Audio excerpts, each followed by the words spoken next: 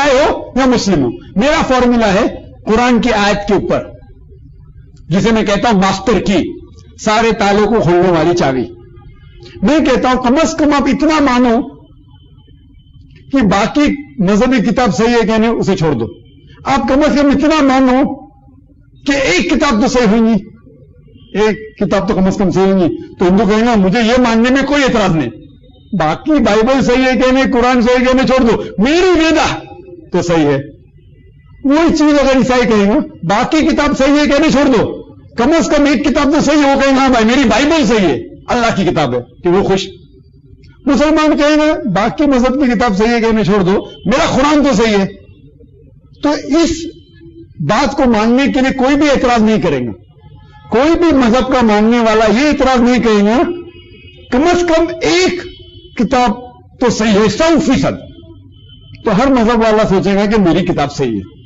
تو یہ فارمولا جو میں کہہ رہا ہوں جواب وہ قرآن کی وہی آیت سورہ ال-عمران سورہ نمبر 3 آیت نمبر 64 میں تعالوا الی کلمۃ سواء بینکم، آؤ ہم اس بات کی طرف جہاں پر ہمیں یکساں ہے۔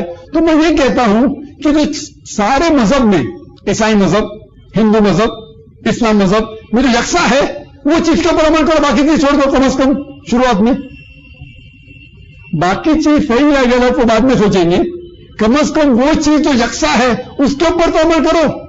اور جب ہم تحقیق کرتے ہیں پتا چلتا ہے کہ ساری مذہبی کتاب میں لکھا ہوا ہے کہ خدا ایک ہے، کہ اسی خدا کی عبادت کرو، بت مت بناؤ۔ وہ بناتے ہیں وہ الگ بات ہے، کیونکہ مذہب کے ماننے والے اپنی کتاب پڑھتے کا، وہ اتنے حوالات دیا سارے مذہب کی کتابوں میں سے، بت بنانا حرام ہے پھر بھی بناتے، ہندو لوگ بناتے، عیسائی لوگ بناتے، عیسیٰ علیہ السلام کا بناتے، نعوذ باللہ۔ تو میں کہتا ہوں کم از کم اپنی مذہبی کتاب پہ تو عمل کرو۔ تو میں کہتا ہوں کہ جو یکساں ہے ساری مذہبی کتاب میں کم از کم شروع میں اس کے اوپر تو عمل کرو، تو ہمیں یہ پتا لگے گا کہ سارے مذہب میں خدا ایک ہے، اسی کی عبادت کرو، شرک مت کرو، خدا کے ساتھ کسی کو شریک مت کرو، اور سارے چیز جو تقریر میں کہا۔ دوسری بات میں تقریر کیا ہوں محمد صلی اللہ علیہ وسلم کا ذکر دیگر مذاہب میں، عالمی مذاہب میں، اور میں ثابت کیا ہوں کہ ہندو مذہب میں بھی محمد صلی اللہ علیہ وسلم کا ذکر ہے، عیسائی مذہب میں محمد صلی اللہ علیہ وسلم کا ذکر ہے، پارسی مذہب میں محمد صلی اللہ علیہ وسلم کا ذکر ہے، بدھ مذہب میں محمد صلی اللہ علیہ وسلم کا ذکر ہے۔ تو مسلم اس کو تو مانو، باقی چیز چھوڑ دو، یہ دو بات لو، اللہ ایک اور محمد صلی اللہ علیہ وسلم کا ذکر سارے مذاہب، اہم مذاہب میں ہے، عالمی مذاہب میں، تو کم از کم اس کے اوپر تو عمل کرو۔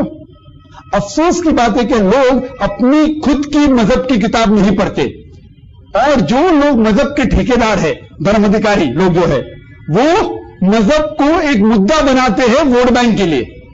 جو آج کی آپ جو کہہ رہے بالکل صحیح کہتے ہیں کہ کمیونل فیلنگ جو ہے وہ کیوں ہے؟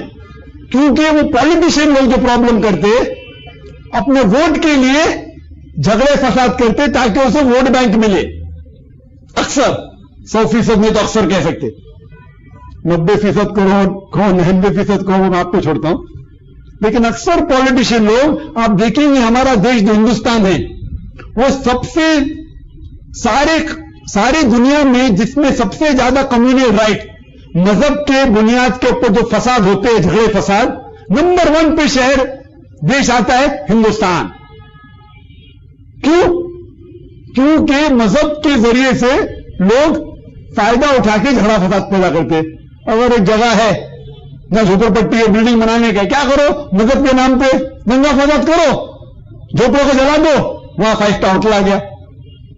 عام ہے، آپ دیکھو ہو رہا ہے کہ نہیں؟ تو میری گزارش ہے میرے ہندوستان بھائیوں سے، چاہے وہ مسلمان ہو، ہندو ہو، سکھ ہو یا عیسائی ہو، اپنی مذہب کی کتاب پڑھو، اس سے آپ کو پتا لگے گا کہ اللہ ایک ہے، خدا ایک ہے، اس کی عبادت کرو، بت پرستی مت کرو۔ آپ کی کتاب پڑھیں گے تو آپ کو پتا چلے گا آخری پیغمبر محمد صلی اللہ علیہ وسلم نے اس نے جو کہا اس کے اوپر عمل کرو۔ اسی لیے اللہ تعالیٰ فرماتے سورہ ال-عمران میں سورہ نمبر 3 آیت نمبر 19 میں ان الدین عند اللہ الاسلام، جو ایک ہی دین ہے، ایک ہی مذہب ہے جو اللہ قبول فرمائے گا وہ ہے اسلام۔ اسلام کوئی لیبل نہیں ہے، خالی اپنے آپ کو مسلم بولنا مطلب جنت میں نہیں جائیں گے، آپ کا نام عبداللہ ذاکر سلطان رکھنے سے جنت میں نہیں جائیں گے۔ اسلام کے معنی اپنی ساری خواہشیں اللہ سبحانہ و تعالیٰ کے احکام کے مطابق چلنا، صرف اپنا نام رکھنا ذاکر، عبداللہ، محمد، سلطان، سب جنت میں نہیں جائیں گے. تو لوگ اگر سمجھتے میں اپنے آپ کو مسلمان بولا جنت میں جائیں گا، بالکل نہیں. اللہ کے احکام، اللہ کے رسول کے احکام کو اگر وہ برابر طور طریقے سے عمل کریں گا تو انشاءاللہ جنت میں جائیں گا. تو اسی طریقے سے اللہ تعالیٰ فرماتے سورہ عمران میں سورہ نمبر 3 آیت نمبر 85 کہ اللہ سبحانہ و تعالی اسلام کے علاوہ کوئی دوسرے مذہب میں آخرت میں کبھی قبول نہیں فرمائیں گے اور کبھی بھی آخرت میں وہ سفل نہیں ہوئیں گے. یہ اسلام جو لفظ ہے، لفظ سمجھ جاؤ، اسلام کے معنی خدا کے احکام کے اوپر عمل کرنا اور امن حاصل کرنا، اور مسلم کا معنی یہ ہے کہ جو انسان خدا کے احکام کے اوپر عمل کرتا ہے، اپنی ساری خواہشیں خدا کے حساب سے چلتا ہے، اسے کہتے ہیں مسلم. تو خدا نے صرف ایک ہی مذہب بھیجے اس دنیا میں جس کا نام ہے خدا کے احکام پہ چلنا. وہ لوگوں نے اپنے فائدے کی وجہ سے مختلف مذاہب میں باتیں جو آپ دیکھ رہے، اسی لیے اگر آپ اپنی مذہبی کتاب پہ جائیں گے اور کم از کم وہ جو یکساں ہے اس کے اوپر عمل کریں گے تو انشاءاللہ آپ صراط مستقیم پائیں گے.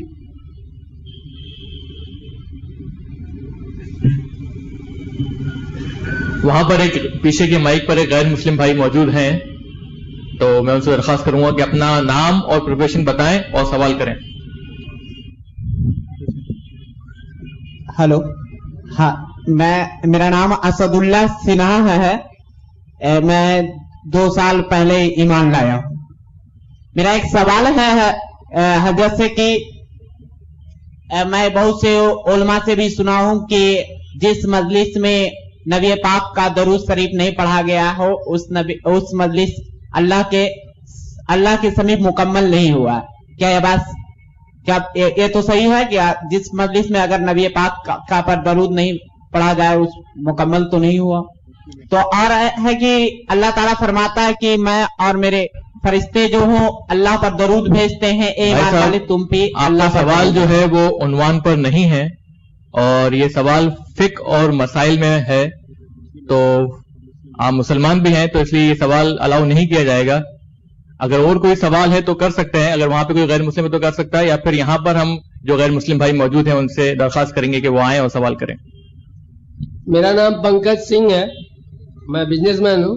میں سوال کرنا چاہتا ہوں کہ مدینہ میں نان مسلم الاؤ کیوں نہیں ہے؟ اگر ہے تو بتائیں، اگر نہیں ہے تو کیوں نہیں ہے بتائیں. بھائی صاحب نے ایک اچھا سوال پوچھا کہ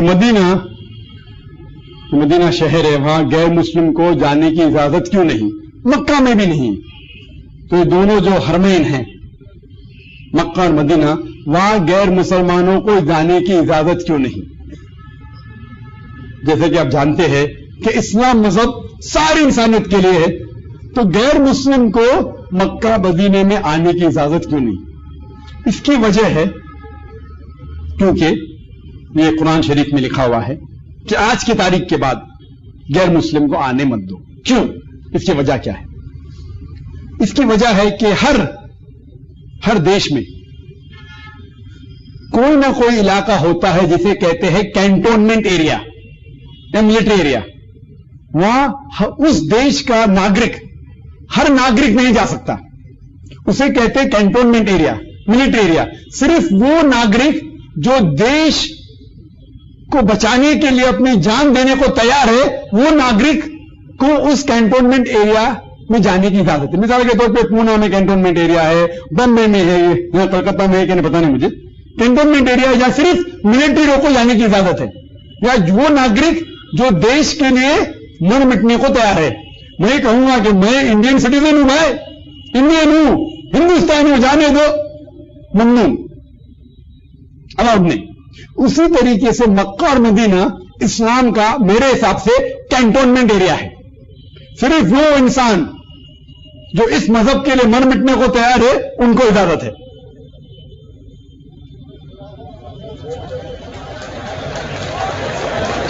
وہ انسان جو مر مٹنے کو تیار ہے اس مذہب کے لیے ان کو الاؤڈ ہے.